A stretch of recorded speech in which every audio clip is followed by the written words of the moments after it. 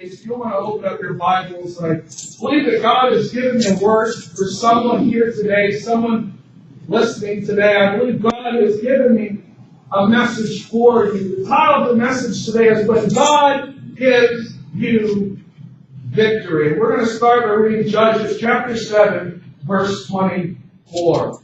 Then Gideon sent messengers throughout all the mountains of Ephraim, saying, Come down against the Midianites, and seize from them the watering places, as far as Beth-barah and the Jordan. And all the men of Ephraim gathered together and seized the watering places as far as Beth-barah and the Jordan.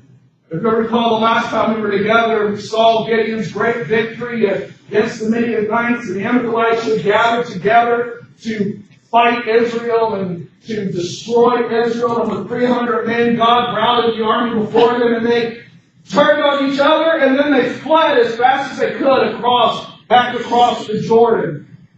And as they were running, Gideon sent messengers out through Ephraim in the mountains and said, You guys need to come now because the enemy is retreating as fast as they can, and I need you to come in and take back what they've left behind.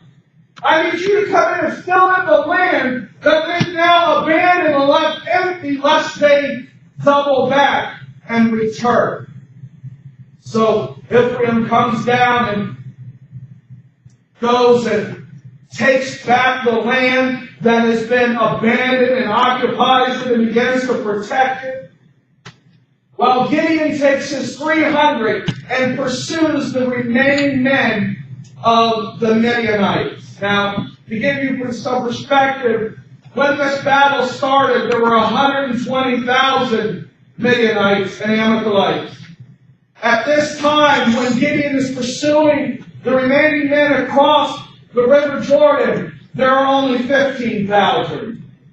So they've already been decimated, but yet here we have Gideon with his 300 chasing 15,000 men across the Jordan. And this morning I want to talk to you about three things specifically that we must pay attention to when God begins to give us victory over the things, the enemies, the addictions in our lives. Because if we do not adhere to these three things, if we do not watch out for these three things this morning, our victory will be short-lived and will never be as fulfilling as God had originally intended. Amen. The first thing that I want you to see is that when God gives you a victory in your life, it begins to work a victory in your life. We cannot leave the territory previously occupied by the enemy empty. Because if we do, the same enemy will return or a new one will rise up. I just read you Judges 7:24, where Gideon calls Ephraim down to occupy that territory. So many times in our lives, God begins to give us freedom. He begins to set us free and give us victory over passions, addictions, over poor relationships, over things that we're facing in our lives, those enemies that have come in to attack us. And we begin to drive them out, but when we drive them out, we never occupy the territory again. Meaning that we do not fill that empty territory with our relationship with God. Meaning we leave it empty, desolate, and we don't draw closer in our relationship to Him. Therefore, the territory is left empty, and we're inviting the enemy to return. Only God can fill the void that the enemy leaves behind, because I can tell you that when God delivers you from addiction, or He delivers you from a harmful relationship, He delivers you from financial woes, it will leave a hole. Amen. It will not be easy over time to stay separated from those behaviors and those actions if you do not replace them with your relationship with God. If you do not erect an altar to God in that place. we do not focus upon him, the enemy will quickly return. Jesus, when he was talking in Matthew chapter 12, verses 43 through 45, he's addressing the wicked generation that is before him, and this applies to us today. When an unclean spirit goes out of a man, he goes through dry places seeking rest and finds none. Then he says, I'll return to my house from which I came. But when he comes, he finds it empty, swept, and put in order. Then he goes and takes with him 7 other spirits, more wicked than himself, and they enter and dwell there. And the last day of the man is worse than the first. So shall it also be with this wicked generation. The principle here that Jesus gives is this. If he delivers you, and you do not put him on the throne in your life to occupy the space, the enemy is simply going to return worse than it was before. Amen. It's a simple spiritual principle. If God delivers you and sets you free, but you make him or leave him out of your life, the enemy will simply return. And he will not come back by himself, but he will bring other addiction, other things into your life to destroy you. I read a quote this week by Timothy Keller. If you uproot an idol in your life and fail to plant the love of Christ in its place, the idol will grow back or be replaced with another. If God is giving you victory in your life, if he's opening up doors, if he's helping you defeat those enemies in your life, make sure you replace the territory with him. You do that through seeking him more than you've ever sought him before, by talking to him more than you've ever talked to him before, by studying his word more than you've ever studied his word together, and by doing that, you fill up that territory with God's word, with God's presence, with God's direction, with God's peace, with God's strength. And he will guard the borders of your heart and protect you from the enemy entering back in. I don't have to do it all on my own. I just have to let him in and strive to have a relationship with him. The second thing that you and I must watch out for is we must not quit before it's over. We must not quit before it's over. Judges 8:4 says, when Gideon came to the Jordan, he and the 300 men who were with him crossed over, exhausted, but still in pursuit. They were exhausted. They had been up all night long, and they had been chasing the enemy, these 300 men. But Gideon refused to stop and rest. He refused to be happy with simply driving the enemy out of his territory. He wanted to see them destroyed. Matthew Henry says, Gideon thinks he does not fully execute his commission to save Israel if he let them escape. He is not content to chase them out of the country, but he will chase them out of the world.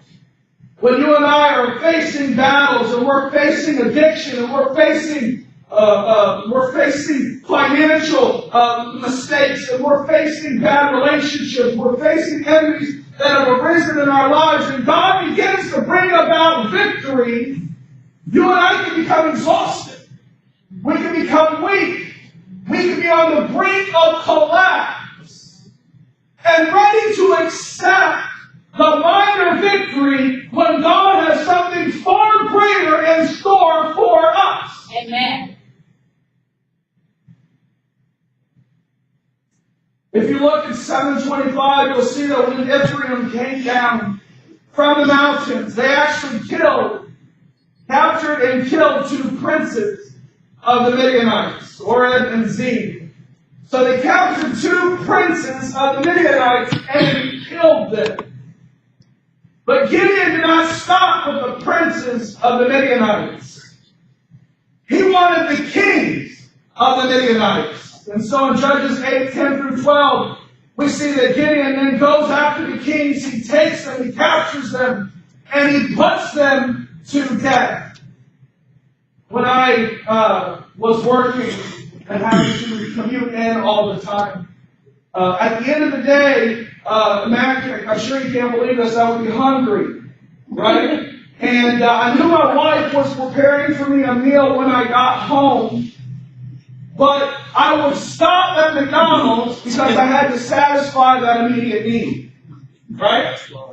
So I would stop and I would get myself a double cheeseburger off the dollar menu, and I would get myself a chicken sandwich off the dollar menu, and a large sweet tea. Right? As I got on the road to eat as I went down 95. See, my enemy was my empty belly. Right? And I needed to address that. So my immediate addressing of it was to stop by and eat a nasty hamburger and a chicken sandwich from McDonald's. Right? When my wife had a steak cooking for me at home. See, I couldn't look beyond to the big victory. I didn't want to wait the 2-hour commute home on the steak. So I stopped by McDonald's to get the hamburger, so that when I got home, I was so full I could not enjoy the steak that she had cooked for me. In fact, I would not be able to eat it all because I was so full from the hamburger. Yeah. You see, Gideon wasn't satisfied with a hamburger victory. He wanted a filet mignon victory. See, Israel was satisfied with the princes. Gideon was chasing after king. Amen. See, he wasn't happy with the hamburger. He wanted steak. He wasn't happy with some princes. He wanted the kings. And so he kept on chasing, even though he was tired, even though he was hurting, even though his legs were cramped up, even though he was hungry, he kept chasing because he wasn't going to be satisfied with a hamburger. Amen. So many times in our lives, we become satisfied with this meager portion to meet our immediate need. But God has something so much bigger planned for us if we will simply wait on Him. We see this small little victory, and don't get me wrong, I'm not against small victories. But when we become satisfied with a small victory and remain in that spot, we will never accomplish or see God's great power in action. If we stay and are satisfied with the immediate need being met and don't allow God to destroy the enemy utterly, we will never truly see the victory that He had planned for us. Amen. Let's not be satisfied with just our immediate need being met. Amen. But let us seek God and be patient and wait on Him. Jesus. Let us stay on our knees in prayer. Yes. Let us continue to cry out for the real victory. See, the devil will let you have the small one. He just don't want you to get the big one. That's good. He's okay. You go ahead and put hamburger in your belly. He just don't want you to have the miracle that God has waiting for you at the end of the line. I posted a video this week because I had to fly unexpectedly to Vermont, and I have to tell you, I don't like to fly. Short flights, long flights, I hate to fly. There was a time when I had to fly all the time, and I hated it. Never really got used to it. There was this one particular time we were flying into a storm between San Francisco, California, and LA, and it's a very short flight. It's less than an hour. But there was a terrible storm when we were landed. That storm was so bad, I thought I was going to die. Like a plane was plummeting. It felt like 10, 15 feet at a time. The flight attendants actually buckled themselves in, and the one guy, I thought he was pale white and terrified. When the flight attendants are getting worried, then I start getting worried. As they remain calm, okay, I can remain calm. But man, when they start getting nervous. But we ended up finally landing that plane. But I remember it scarred me to this day. Anytime the plane starts to bump, I get scared. Like I frighten, I tense up. I get scared. So when we were flying on this trip, there was terrible thunderstorms reported up and down the East Coast. And while they allowed us to leave Vermont Burlington Airport, I noticed that as we got closer, and it was supposed to be only about an hour and a half flight, 2 hours into it, 30 minutes after we said we were supposed to be descending, we'd actually started going back up again. And finally the captain comes over and says, listen, they shut down the airport in D.C. because of these storms. It's not safe for us to land, so we're running out of fuel. We're going to have to divert to Pennsylvania. So we diverted to Pennsylvania, and of course I was still scared to death because I didn't know what they were going to do. Were they going to actually leave from Pennsylvania and fly back into the thunderstorm? Ultimately, we ended up getting on the plane, or staying on the plane and flying into D.C., and it turned out to be perfectly fine. It really wasn't bad at all. It was bright and sunny. But the point in all this is to tell you that we had a minor victory and that we took that plane and landed at Harrisonburg, Pennsylvania. We made it in the air and we landed, safe and sound and alive. But my major victory was getting home to the D.C. airport so I could see my family, my wife, and my kids sleep in my own bed that night. So I could have been satisfied with being safe and alive in Harrisonburg with a minor victory, but I would not have been ultimate victory where I got to be at my home with my family and then sleeping in my own bed. And we need to look at our lives and not be happy that we're just making it, but that we walk and live in victory. Amen. Amen. I don't want to just make it through. This little boy wants to keep running through, plowing through, bulldozing through, and seeing God work in our lives. Amen. I don't want to be satisfied with the status quo, and the same old, and the blessings from yesterday. I want to see God do something new, and a new thing, and a new miracle, and new mercy, and new grace. Amen. I want to see God give victory like He's never given it before. I want to see Joel come true. I want to see my young men prophesy and dream dreams and see visions. I want to see God's power shown in such a way that this world cannot deny. Amen. That there is something larger, greater, bigger than themselves. May not be satisfied with the small victories, not be content with simply achieving a small goal, but God give us victory in the big thing. Help us not to give up before it's over. Amen. And then finally, we must keep the focus of praise on God. Yes. Now, Gideon starts out right, because if you look at me in Judges chapter 8, now, the princes of the Midianites have been destroyed. The 2 kings of the Midianites have been destroyed. The 15,000 men have been destroyed. So in chapter 8, verses 22 and 23, it says, And the men of Israel said to Gideon, Rule over us, both you and your son, and your grandson also, for you have delivered us from the hand of Midian. But Gideon said to them, I will not rule over you, nor shall my son rule over you. The Lord shall rule over you. See, even after God had only used 300 men to rout this ginormous army, the men of Israel still looked to Gideon instead of God.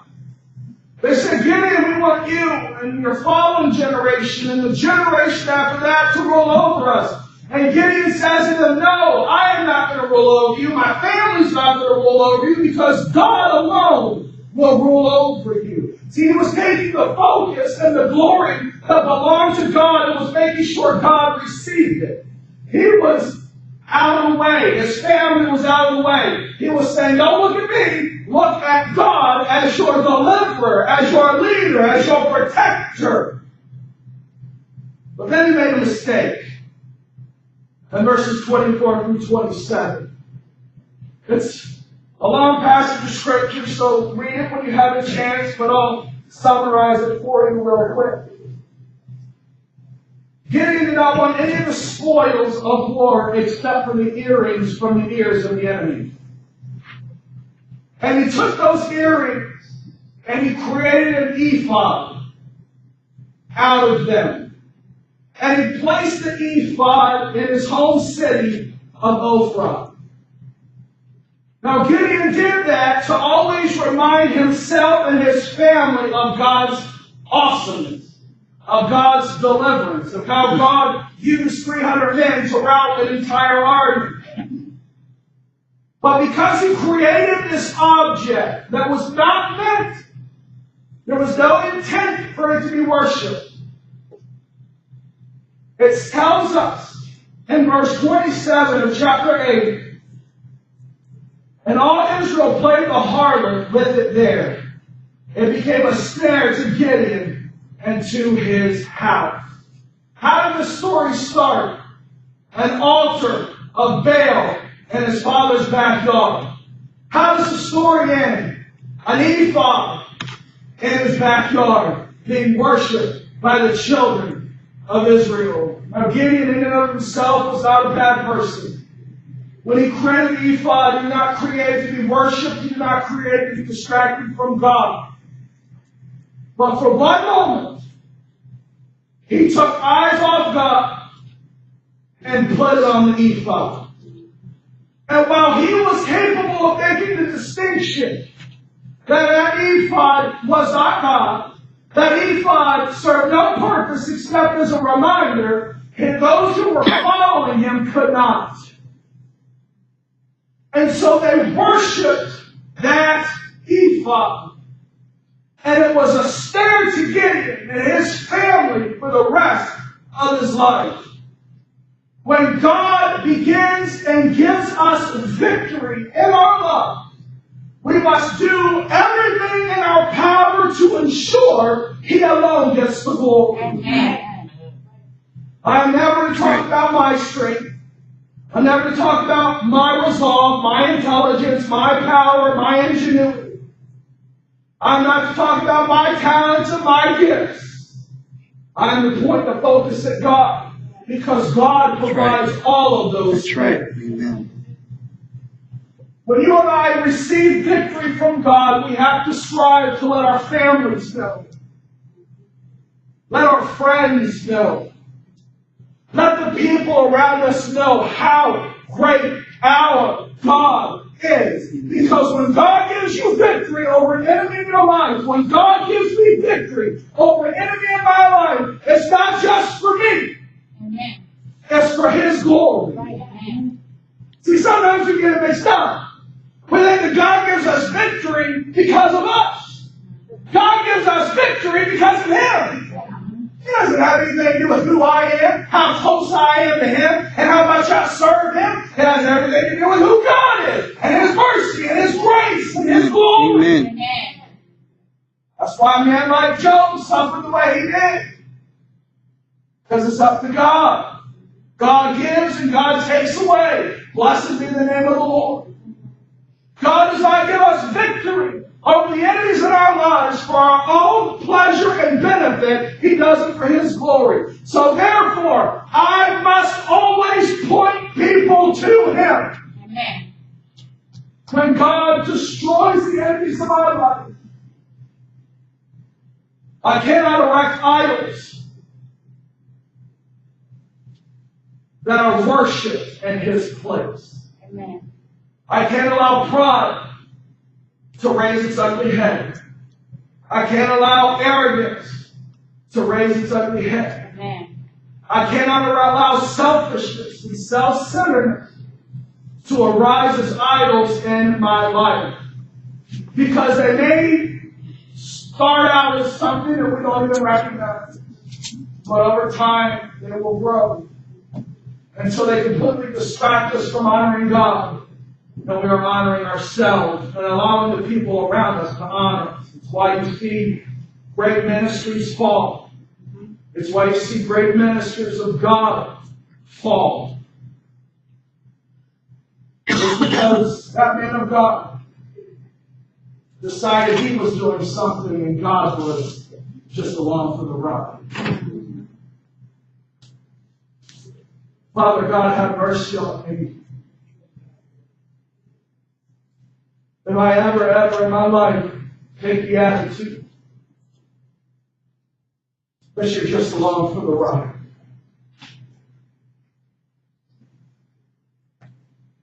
God doesn't need me. God doesn't need you. He's self-sufficient, all-sufficient. But in His mercy and His grace, He sends His love to us and desires to use us for His glory, for His honor, for His praise. Thank you for listening to this message. We hope that you enjoyed it and were blessed by it. Each month we have people from all over the world who listen to the messages made available. If you've been blessed by this ministry, would you consider making a donation of any amount to help support us as we continue to reach the lost for Christ? Donations can be made online at www.reviveoc.org or by check at Revive Outreach Church, 411 Chatham Heights Road, Suite 101, Fredericksburg, Virginia 22405. Thank you for your prayers and your continued support. May God richly bless you.